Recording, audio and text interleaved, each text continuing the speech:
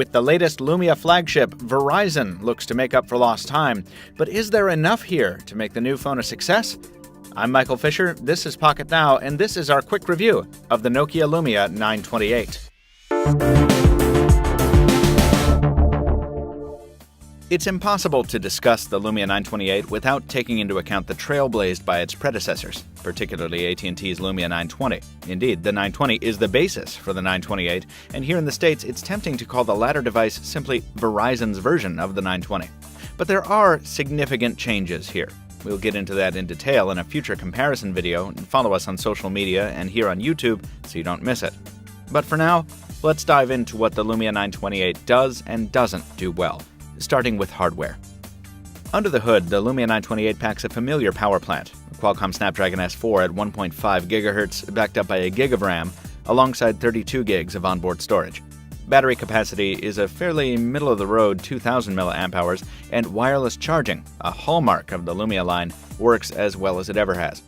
In keeping with high-end Nokia and HTC trends, though, the battery's still not removable, and the storage is still not expandable.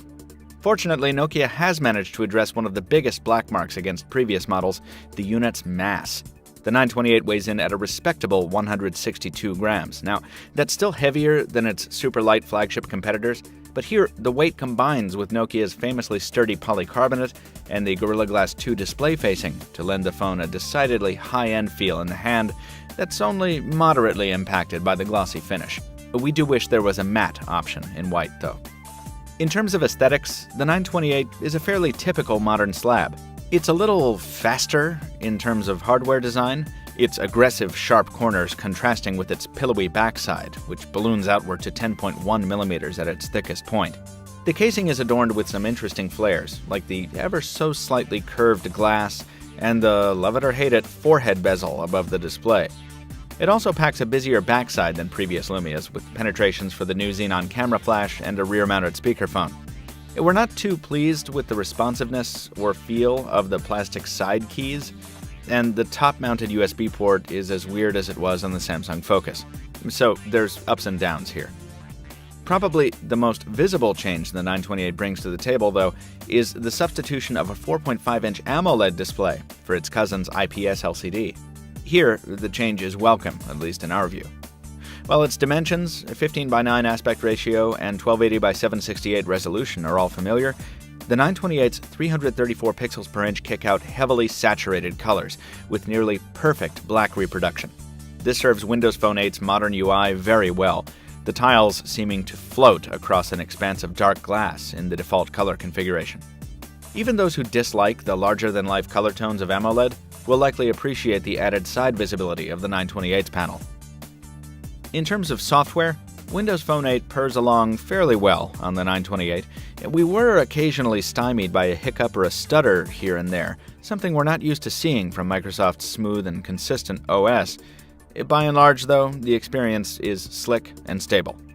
Verizon and Nokia have added their fair share of customization here, but it seems unfair to call it bloatware, as the titles are big-name apps that many users will find useful. In addition to ESPN, CNN, and the Weather Channel, Nokia has added many of its custom titles, Maps, City Lens, and Nokia Drive Plus Beta, with the entire Here suite available for download on the Windows App Store, or via the prominently displayed App Highlights Hub. This aggregator provides a Nokia-curated app shopping experience that does a good job of separating the wheat from the chaff in the Windows Store. We should also note here that a customer investing in a Verizon Wireless Windows Phone today has a much larger selection of quality apps than he or she would have even half a year ago, with Pandora, Spotify, and even Instagram represented. Instagram via a hack, yes, but a good one. In many ways, it's never been a better time to own a Windows Phone, and the 928 arrived on Verizon at the perfect moment to take advantage of that. We tested the Lumia 928 on Verizon Wireless over the course of 6 days between Long Island, New York, and the greater Boston, Massachusetts area. LTE speeds were good to excellent in areas we had coverage, though some more rural areas stymied even Verizon's efforts to provide ample 3G reception. Voice calling was a bit of a mixed bag. Callers said we sounded just so-so on their end, but on the plus side, noise cancellation was outstanding.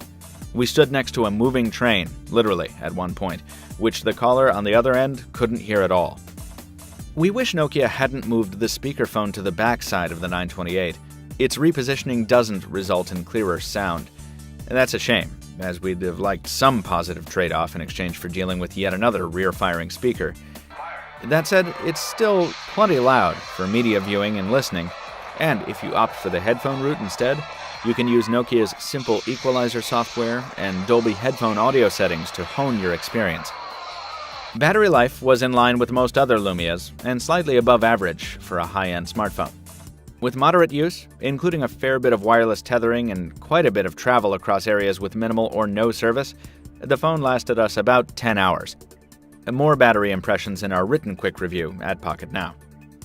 Finally, the thing that makes a Lumia, the camera. We weren't expecting to see much improvement over the 920, and because the hardware is essentially identical, we didn't.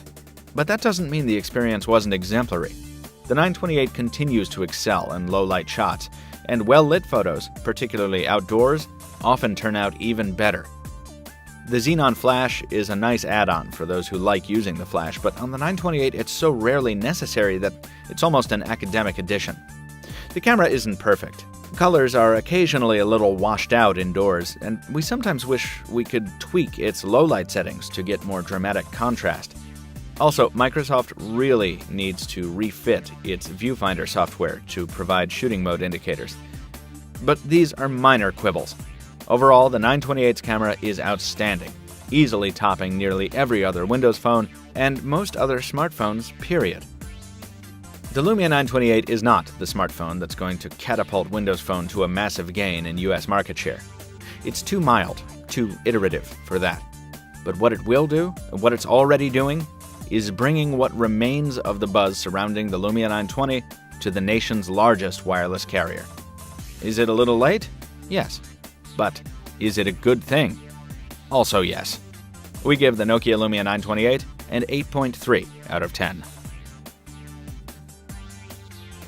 That's going to do it for the video portion of this quick review. Read the full text at pocketnow.com. Toss us a like if you did enjoy the video. Leave us a comment if you have a question, comment, or a suggestion. And please do subscribe to our channel. Thanks for watching. We'll see you soon.